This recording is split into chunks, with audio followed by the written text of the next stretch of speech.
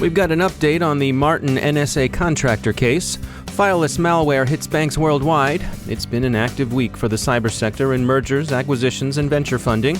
There's a new industry consortium for IoT security, and an autonomous vehicle consortium issues a manifesto for cooperation.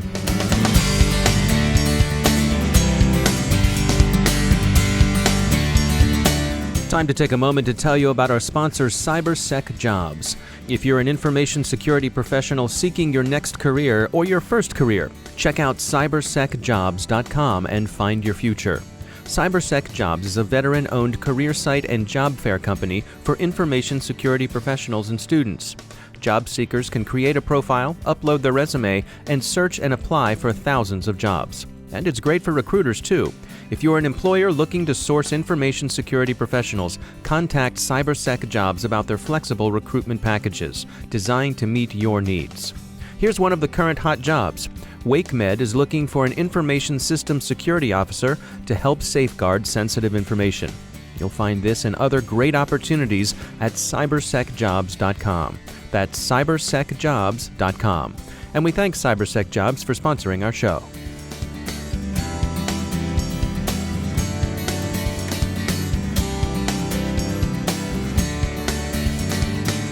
Major funding for the CyberWire podcast is provided by Cylance. I'm Dave Bittner in Baltimore with your CyberWire summary for Thursday, February 9th, 2017. A U.S. federal grand jury yesterday released its indictment of former NSA contractor Harold Martin. He faces 20 counts of stealing classified information, one count for each document named in the indictment.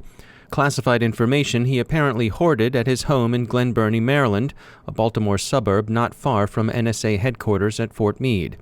Charged under the Espionage Act, but not charged with espionage, Martin is alleged to have had some 50 terabytes of information in his possession. That characterization might suggest that all the stealing was digital exfiltration, but he's also reported to have carried home large quantities of paper records, including handwritten notes, that were also highly classified. The agencies alleged to have been affected by his activities include the National Security Agency, U.S. Cyber Command, the Department of Defense, the National Reconnaissance Office, and the Central Intelligence Agency. The material taken, insofar as prosecutors have characterized it, sounds like a magpie's collection of stuff that should never have left the confines of Fort Meade, including everything from NRO space launch information to the identities of covert operatives. With that said, the indictment doesn't claim that he transferred the information to any third parties, especially to any foreign intelligence agencies. This would seem to account for why, although he was indicted under the Espionage Act, Martin wasn't charged with espionage proper. Each of the counts of the indictment carries a potential sentence of 10 years, which is where the widely reported 200-year sentence comes from. Martin's attorneys haven't made new public comments since the indictment was opened, but after his arrest late last year, they indicated that they intended to defend him as a well-intentioned, if misguided, pack rat. 50 terabytes is a pretty big pack. Mr. Martin will appear before a federal magistrate judge here in Baltimore next Tuesday. A wave of fileless malware is reported to have infected more than 140 banks in 40 countries. A bank security team noticed suspicious code inside a domain controller's physical memory, which aroused their suspicions and sought help. Kaspersky researchers investigated and found PowerShell scripts within Windows registries. The attackers, apparently criminals, not state actors, extracted privileged credentials with the goal of compromising systems that control ATMs. Fileless attacks, which embed their code in legitimate tools already present in the victim's environment, are notably more difficult to detect than more traditional malware infestations. Such attacks have characterized other high-profile attacks, but have been beyond the reach of more ordinary criminals. The widespread fileless infestation banks are now coping with may suggest that this particular criminal technique is on its way to commodification. Online privacy is an ongoing concern affecting consumers, businesses, and the government. Travis Howe is Chief Information Security Officer with Conga, a company that provides a suite of applications that work with Salesforce. We checked in with him for his take on privacy. We're just now at the bottom of the large curve as to what's ahead. I mean, we have the accumulation of, from a citizen perspective, all the information that Google and the Yahoos, collect and sell and resell and market, the public information on social media. IoT obviously is a huge component, but if you take all this data that we talk about, you can literally create a map of a person's life. For those of us who are in the cybersecurity business, what kind of responsibility do you think we have for taking a lead on this stuff, protecting people who maybe don't know to protect themselves? Awareness. We're coming a time now where people are taking attention to it, but they don't really understand what it all means and what the ramification is. So I think it's really about getting that message out there so that they can understand what they're signing up for and what they're sharing. Do you think with the new administration coming in, the Trump administration, is that a bit of an inflection point when it comes to this sort of thing?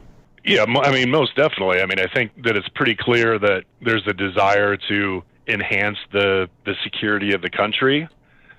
What that means in reflection, goes back to the encryption component for the most part and monitoring and everything that was a fallout of Snowden. And the challenge that the government has moving forward post-Snowden is something that's difficult to get back, and that's trust. So I think it's going to be a significantly debated topic with the new administration. I hope we come up with a good solution that doesn't dictate lowering encryption standards or having backdoors, and the impact that would have to business and privacy as a whole for everything that's not related to what they're looking for. So I think and hope that, again, the new administration gets the right people in place to, really understand what that bigger picture and longer term picture looks like, and not just specifically focus on, in my point of view, the scapegoat of encryption. That's Travis Howe. He's the Chief Information Security Officer with Conga. There's more industry news this week. In a cloud security and data leakage prevention play, ForcePoint has acquired Imperva's Skyfence business. Accenture has moved further into the U.S. government cyber market with its acquisition of privately held Endgame's federal business. The Endgame unit, which specializes in proactive cyber defense, hunt-as-a-service capabilities, red teaming, and cyber operations, will be folded into Accenture Federal Services. Shares of UK-based Sophos have surged following its announcement earlier this week that it would be acquiring Invincia.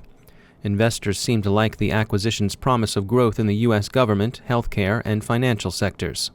Bug bounty shop HackerOne has ridden its successful entry into U.S. Department of Defense business to a $40 million Series C round. And Exabeam, specialists in security intelligence, has also attracted a large Series C round, $30 million, from investors led by Cisco Investments and Lightspeed Venture Partners. The investors see Exabeam as a Splunk challenger. Trident Venture Capital Cybersecurity, one of the largest VC firms in the space, announced yesterday that it had raised $300 million to invest in cyber startups. The amount is regarded by analysts as indicative of continuing private equity interest in the sector.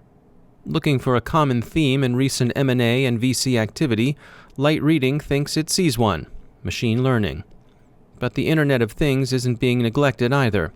AT&T, IBM, Nokia, Palo Alto Networks, Symantec, and Trustonic have formed the IoT Cybersecurity Alliance, which is expected to work on end-to-end security for the IoT.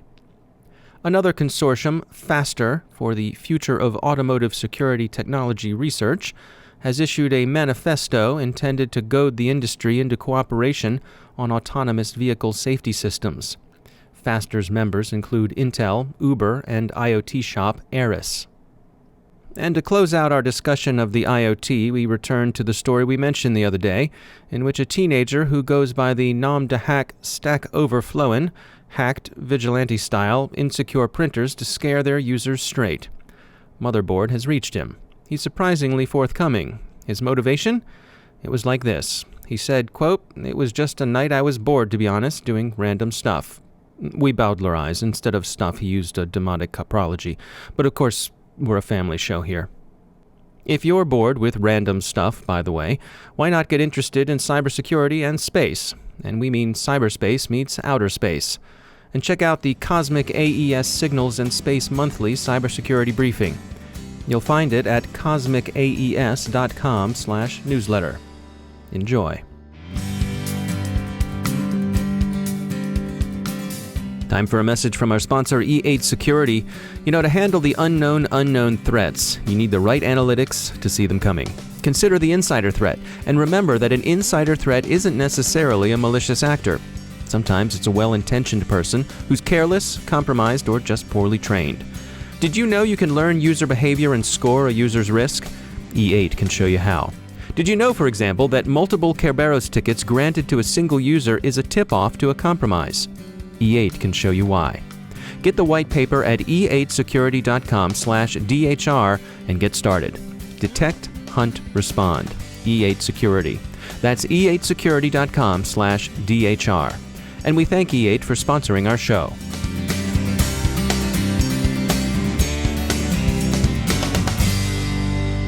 And I'm pleased to be joined once again by Joe Carrigan. He's from the Johns Hopkins University Information Security Institute. Joe, we both have kids, and when you have kids at home, part of what you have to do is look out for their security when it comes to cyber stuff. Right. And, accidentally or on purpose or whatever, sometimes it's a good idea to kind of lock down what they can access on the computer. I'm thinking specifically of adult content. Correct, yeah. I don't know what you're doing at our house. We found a really useful free service called OpenDNS. OpenDNS, and there's a number of services like this, but what they do is they all intercept what's called DNS, which is Dynamic Name System. And the way DNS works is when you and I are humans, right? Mm-hmm. At least I think we are. Yes, last time I checked. For example, if you want to go to Google, before your web browser can actually request that page from Google, it needs to know the IP address that will be handling the request. Sure. So it has to go through a process called domain name resolution, and that's handled by DNS servers. Right.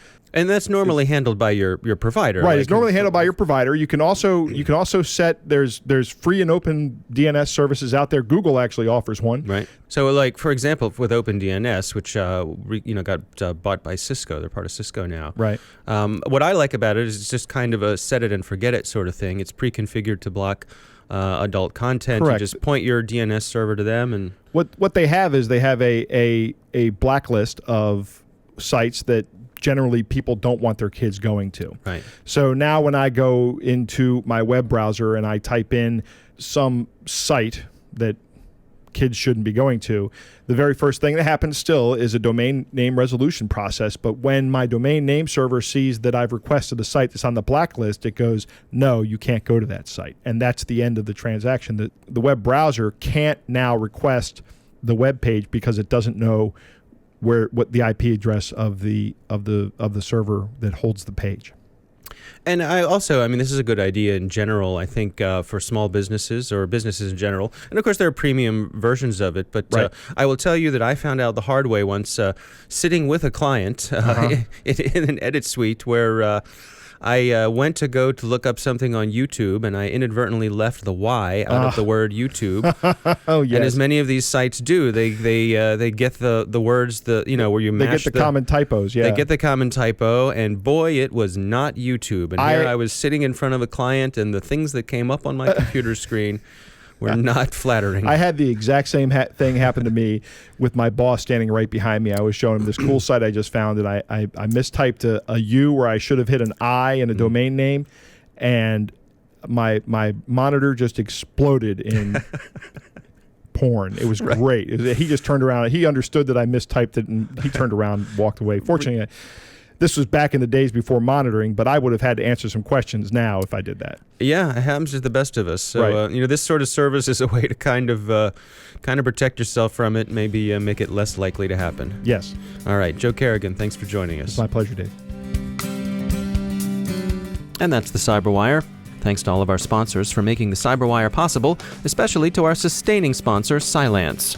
To learn more about how Cylance helps stop cyber attacks, visit cylance.com. The CyberWire podcast is produced by Pratt Street Media.